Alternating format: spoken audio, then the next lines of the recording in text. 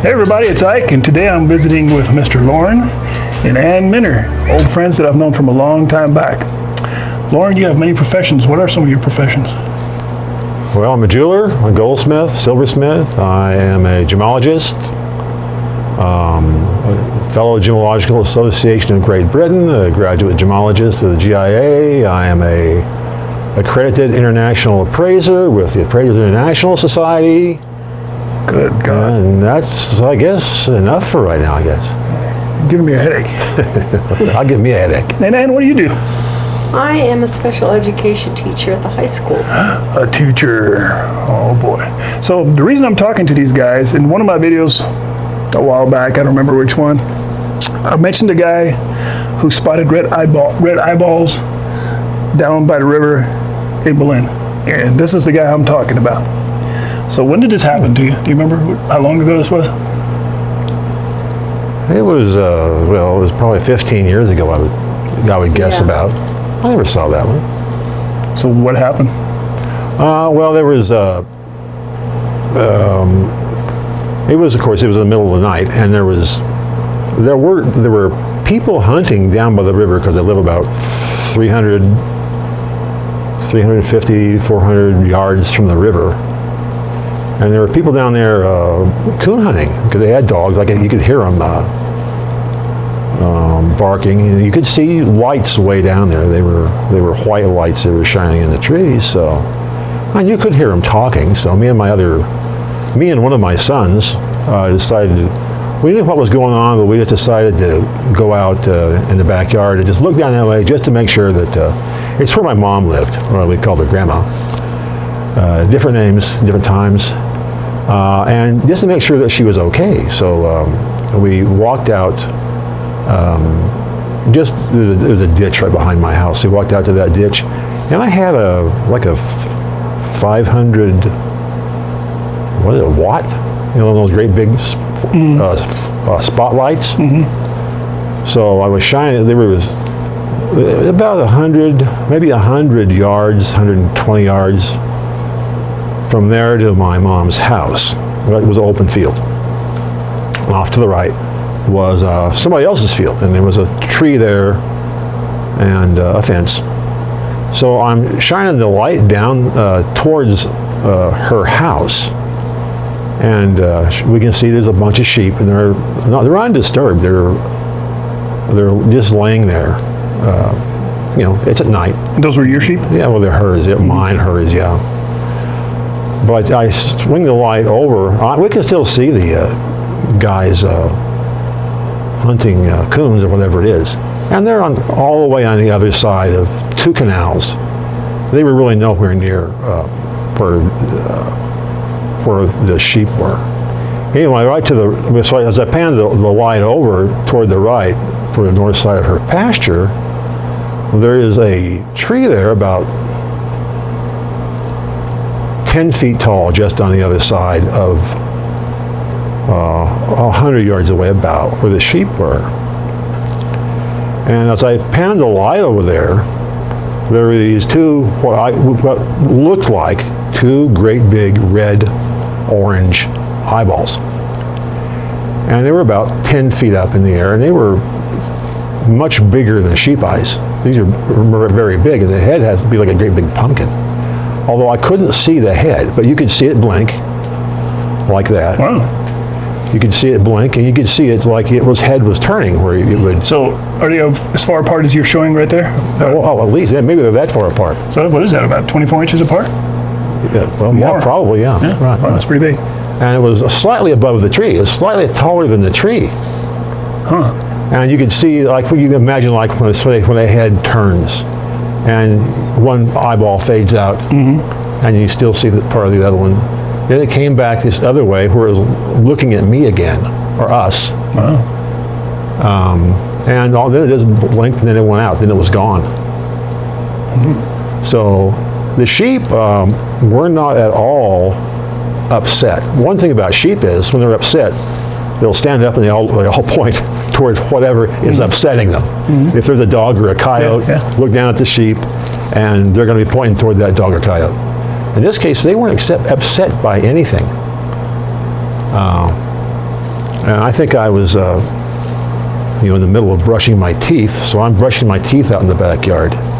And my son and I both see this at the same time. And I said, "Did you see that?" And he said, "Yeah, I saw that." And my son is freaked out. I said, "Well, let's go down there and take a look." And it was no way he was going down there in the dark and taking a look. I would have gone. But if I didn't want to be carried off by myself, so It's true. So we didn't go down there. But and I say I really could not see a body behind it, but it was like blinking eyes. There's no airplane, there's no cars. Yeah, I'm familiar with the area. I mean, behind there's nothing back there. Yeah. And there's a ditch back there and a road, but you really can't see you might see some white headlights every now and then. Did you hear anything? No, not a thing. Not a thing. Was it windy that night? No. Was it windy? It was calm. What time of year? It was summertime because it was warm. Yeah. I did walk down there the next day. I didn't walk down there that night. I walked down there the next day just to see if I could find tracks or any evidence of it. Nothing? And I found nothing. I walked all around the tree. That's what I'm gauging its height by, because it appeared to be right at either on the far side of that tree. Now, it was nothing. It wasn't, obviously it's not a bear, it's not an owl. So I just assumed, hey. What do you think it was? Well, it all depends on what you're watching on YouTube. And I thought, wow, Bigfoot. Yeah, but I don't know. So I did a lot of research to see if Bigfoot had red, orange eyes. There's been lots of documents. And that's why, there are some stories of Bigfoots in the area. Mm-hmm. Not a lot, but there are some. The red eye shine is pretty common. Is it? I don't know. Yeah, but so after that, I had to watch everything on YouTube about Bigfoot. Did you ever see it again? No.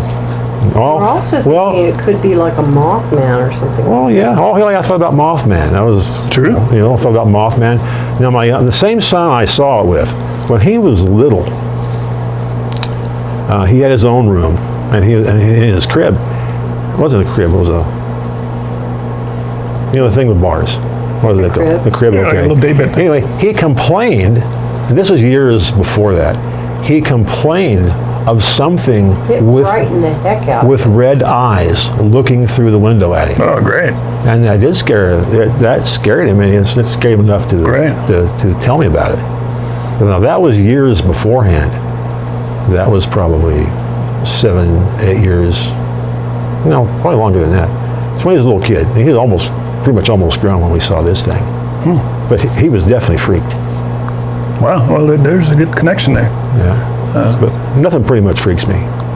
Well, sometimes it does. Sometimes it does. I take that back.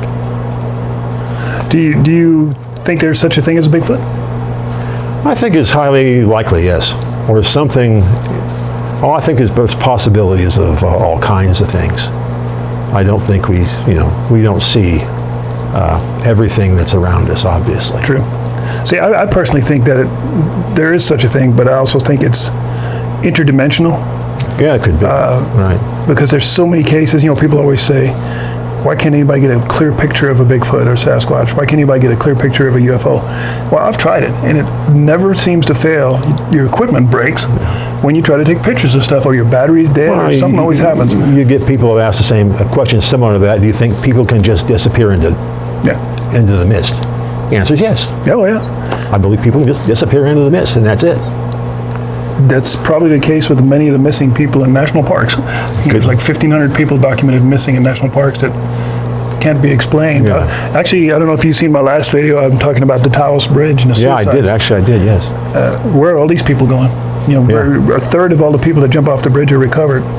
2/3. Yeah. Nobody knows where they're at. And not a very big stream, as you pointed out. You've seen it. You've been there. I mean, yeah, they wash up on the rock somewhere pretty quick. Yeah. So, yeah, people disappear. Or you miss the stream entirely, I think. It's been a long time since I've been up there, but yeah. It's a spooky place, but that's a great story with the eyes, and I think of it a lot that you've seen down there, and it's probably a good thing. Maybe something intervened and kept you from going down there. Could be by yourself, because you could be one of those missing people right now. Last thing we'd seen, he went down there to check on something. You never know. You never know. I asked my mom if she ever had any feelings or anything like that, but she never did. So, did any of the sheep ever get injured down there, or weird stuff happen with the animals? Well, some got attacked by, I believe, dogs. I don't think that it was. The ones that got attacked, I believe, were dogs. At first, we thought they were coyotes, and they weren't coyotes because it was a coyote highway, and the coyotes never paid any attention. But I did kill a dog down there that was attacking them. So I can't say anything other than dogs ever attacked them. Have you ever heard of anybody else seeing this down here in this area? Nope. Because I'm trying to think. I used to live down here, and of course, I wasn't thinking much about any kind of Sasquatch back then, but. The stories I used to hear from this area down here is, of course, La Llorona. That's a real common one. But the whole river area down here is kind of weird to begin with. There's been a lot of old history here. Well, I saw that. Told you about that meteor or comet I saw go over one time. I guess I told you about that. And nothing in the news about it. And it was during the middle of the day. Nothing in the news. It was entirely silent when it went over. And then 5-6 years later, I get a lady comes to the store, and she tells me the same story. And she said, "You saw it too?" And I said, "Yeah, I thought I was the only one that saw it." She said, "No, we saw it go over." There's very few people saw it, but she had a school class out or something during the day, and she saw it go over. When she had her kids out. That was during daylight, right? Yeah, during daylight. I wonder, I have a friend that lives up on the other side of the mountains, and he told me a story about him seeing one in the middle of the day too once. I wonder if it was the same one.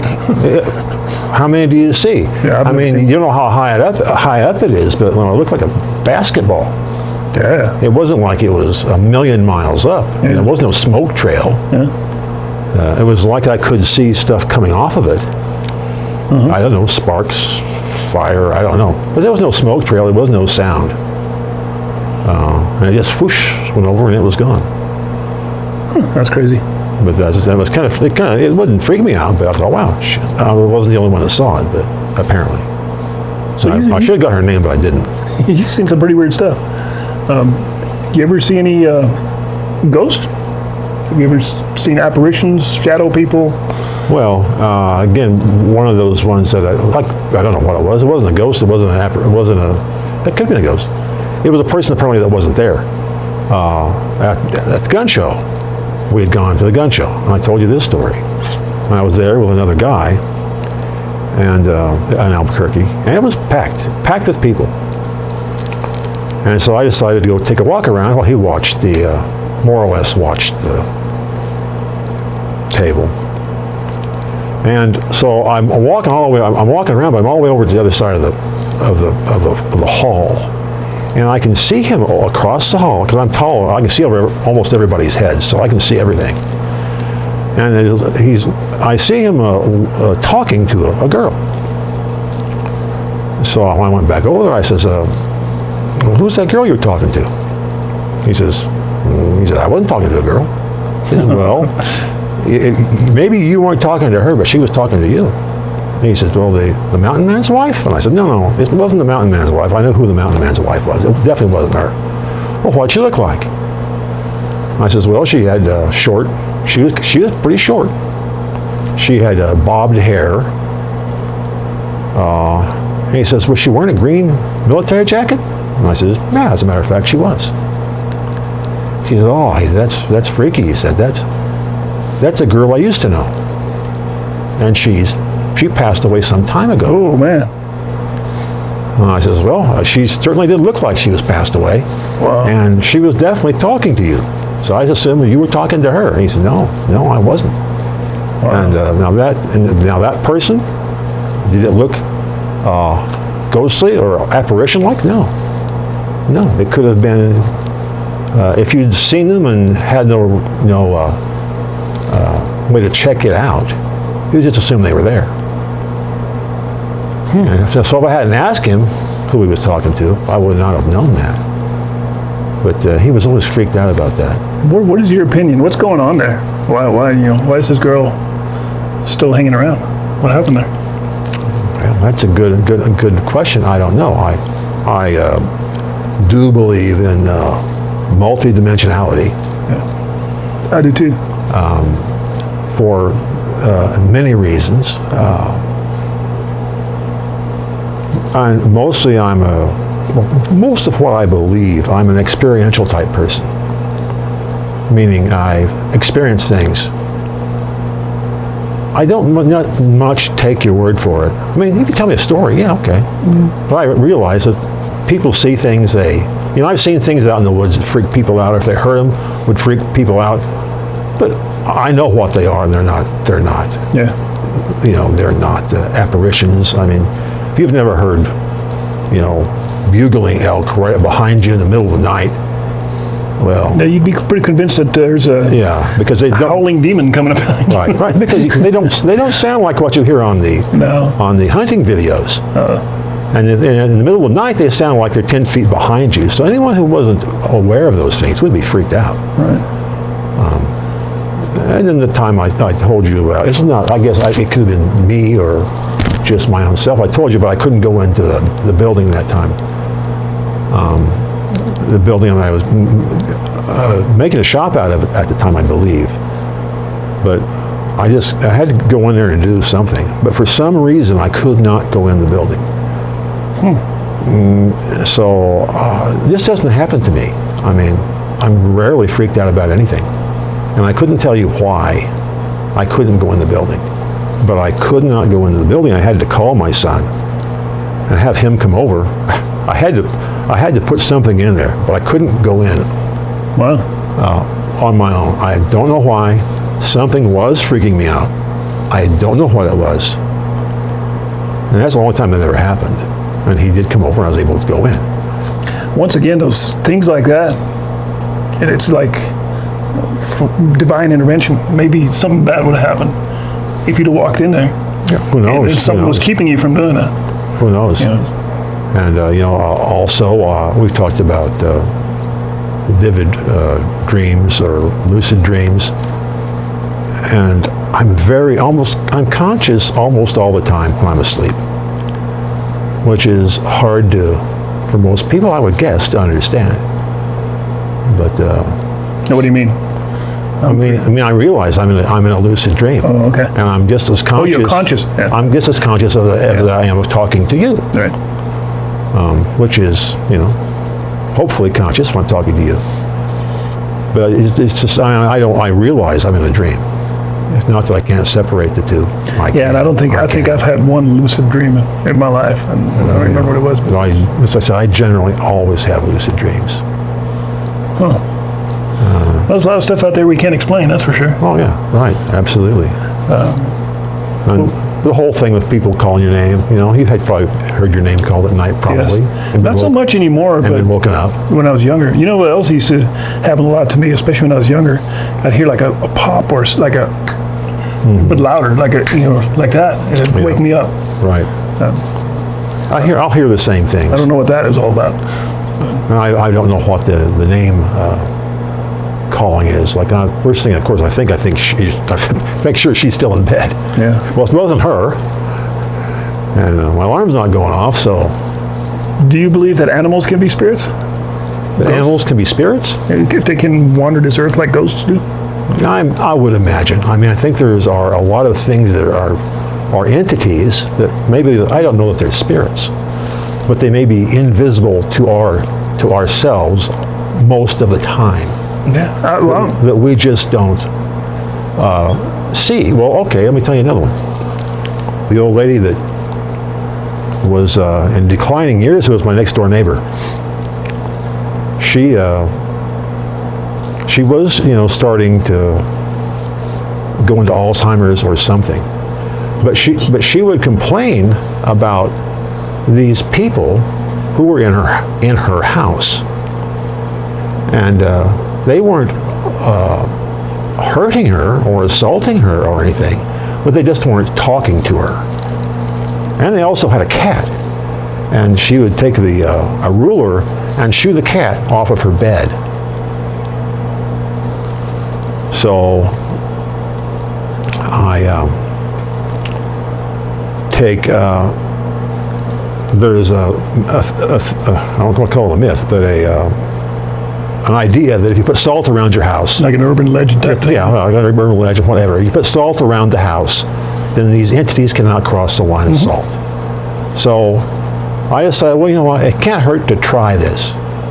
You know, I assume, you know, maybe it's Alzheimer's, maybe it's not. Or maybe you change channels when something like this happens to your brain. I wouldn't be at all surprised there either. So she trusted me, and we were neighbors for a long time. So I got the salt, I put it around her house, and she asked me why I was doing it. She said, well, I'm sure you got a good reason, so whatever you're doing, go ahead and do it. So I put it around the house. I threw some salt into each room. And then later on, I asked her if she was still seeing these people in her house. And she said, no, she said, but now they're across the street sitting on your car. But they weren't in her house. Yeah. And I had never told her why I was doing it. Yeah. Now later on, they did return, and I didn't try it again. But it was just odd that I hadn't told her this. I didn't tell her why I was doing it all. That's crazy. There's something out there. There's definitely more than meets the eye. And there were animals involved in that. And she could see one down in a barrel down there one time. And I says, well, let's walk down there and just, you know, I don't see one. I said, well, let's go look at the barrel.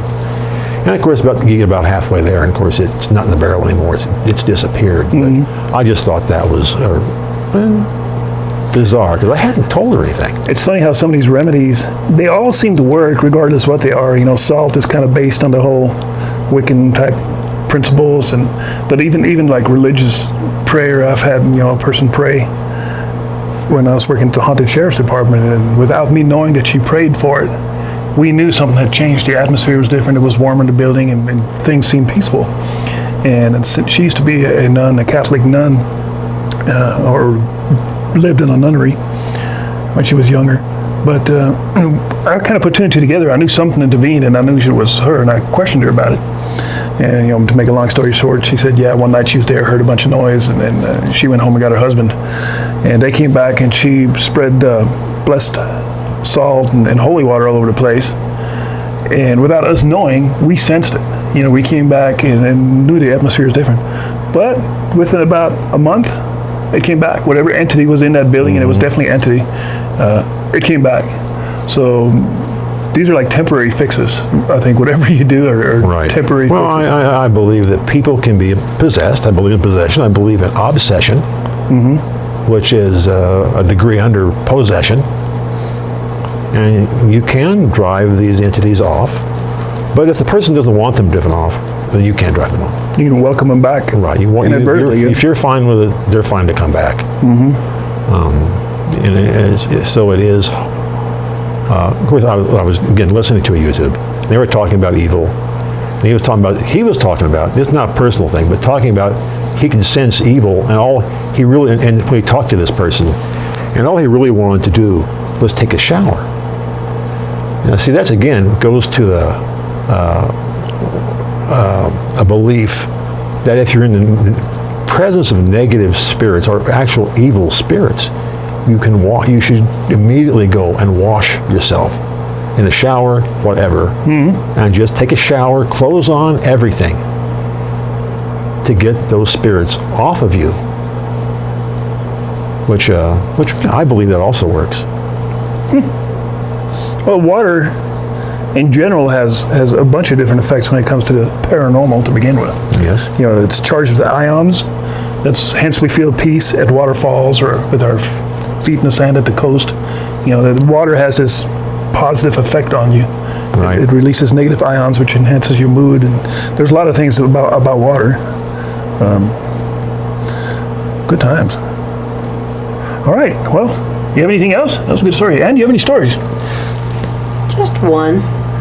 Go ahead and share it. This has been how long ago when I was studying for the priesthood. 10, More than 10, about 15 years. about the same time then? About 15 years ago? Yeah.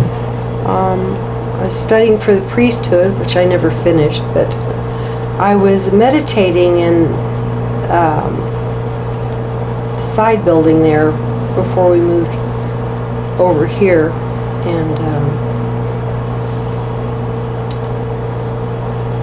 this entity came to me and was all light, beautiful, and wanted me to get up and follow him. And I'm in a meditative state. And I started to take his hand, and something fell off the wall and knocked me out of the meditation. And this entity was not, come to find out, a good entity. Yeah. It was a bad entity, and something interfered with that. Once to keep again, me yeah. from going with this entity. And I probably have told you, never follow a seductive spirit. Right. You had told me that too. Don't ever follow. If anything wants you to follow it, don't. For number one, don't follow it. And you know. And that would probably apply to the living and the dead. Right. Yeah. Right. Yeah. But so many people want to mess around with Yeah, like Ouija boards and Ouija stuff like boards, that. things like that, and really you shouldn't. It's not as benign as people. And what I was getting at, like, evil comes in the living form too. I mean, there are people that aren't dead that can be very seductive and lead you in the wrong direction. So not to follow. Absolutely. You know, And comes in many forms. I believe that, and also I believe some people who are evil are under some form of obsession. Yeah, I believe that. I think I've witnessed a lot of that when I was working in corrections. I was convinced there was people I dealt with that were possessed. And that's not the same as possession. It's obsession. It's kind of stuck to you. You know, like you have an aura about your body, which you do, because I've seen it. I've had people see mine. And but it'll attach it. Evil entities, depends on, there's lots of entities. Some are not good and some are not. Will attach themselves to that, your auric body. And they're very hard to get off. And you're not technically possessed, but you're heavily influenced. So that story you were telling, Ann, how do you know it was a him? The entity that was... I don't. It's just... You just assumed that it felt like just assumed, yeah. And he was clothed in dark clothing and a hood on. And when he reached for me, and as I was reaching for him, I could see his hand, and it wasn't really a hand. It was just skeletal. Oh, great. It was, and that... And So he wasn't really very seductive then. no. Well, it was just right when the picture, whatever it was, fell over and Wow. caught my attention. So, yeah. That's crazy. There was always, I thought always something kind of spooky about the building between where your shop was at, the in-between building. Like, there was the antique store on this far side, right? And the pawn shop on this, and then there was in between. Yeah, there was the pawn shop, and there was that front building up front, and then there was a house in the back. Right.